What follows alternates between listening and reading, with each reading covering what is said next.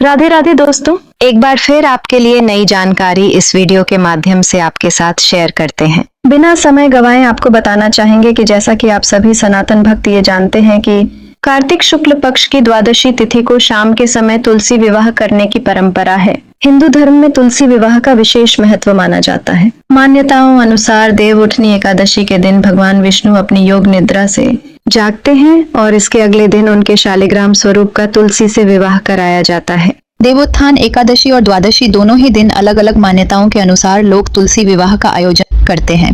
मान्यता है कि इस दिन तुलसी विवाह में शादी की सभी रस्में पूरी की जाती हैं। पौराणिक कथा का पाठ, तुलसी मंगलाष्टक का पाठ किया जाता है। ऐसा करने से तुलसी माता और भगवान शालिग्राम सभी मनोकामनाओं की पूर्ति करते हैं।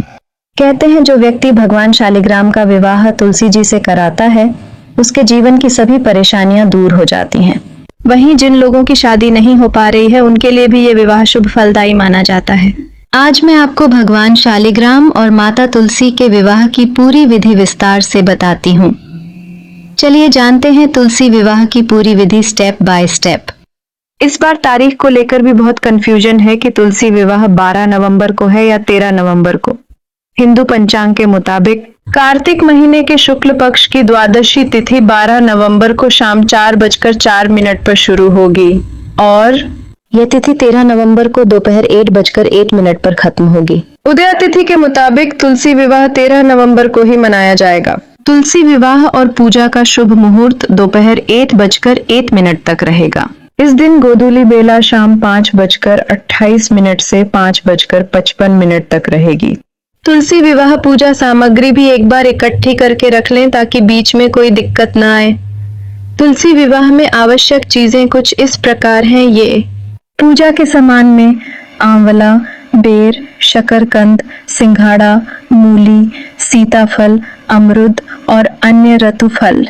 मंडप को तैयार करने के लिए गन्ने, भगवान विष्णु की प्रतिमा, तुलसी का पौधा, चौकी, धूप, दीपक, वस्त्र, माला, फूल, सुहाग का सामान, सुहाग का प्रतीक लाल चुनरी, साड़ी, हल्दी, इन सभी को लेकर रखें।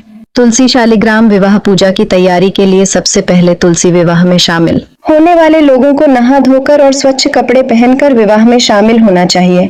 जो लोग तुलसी विवाह में कन्यादान की रस्म करते हैं उन्हें व्रत रखना चाहिए। तुलसी और शालिग्राम का विवाह संपन्न कराने के लिए सबसे पहले माता तुलसी के पौधे को आंगन में एक चौकी पर स्थापित करें।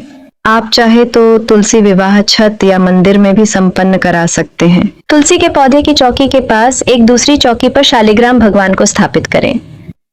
साथ ही चौकी पर अष्टदल कमल भी बना लें। इसके ऊपर जल से भरा कलश स्थापित करें। कलश पर स्वास्तिक बनाकर उस पर आम के 5 पत्ते वृत्ताकार में रखें। फिर एक नए लाल कपड़े में नारियल लपेटकर उसे कलश के ऊपर रख दें। तुलसी के गमले में गेरू से सजाएं। साथ ही गमले के पास जमीन पर भी रंगोली बना लें। तुलसी के गमले को शालिग्राम की चौकी के दाएं तरफ रख दें। तुलसी के पौधे के समक्ष घी का दीपक जलाएं। इसके बाद फूल के द्वारा गंगा जल का तुलसी और शालिग्राम पर छिड़काव करते हुए इस मंत्र का जाप करें। ओम तुलसाय नमः। अब तुलसी माता को रोली और शालिग्राम भगवान को चंदन टीका लगाएं।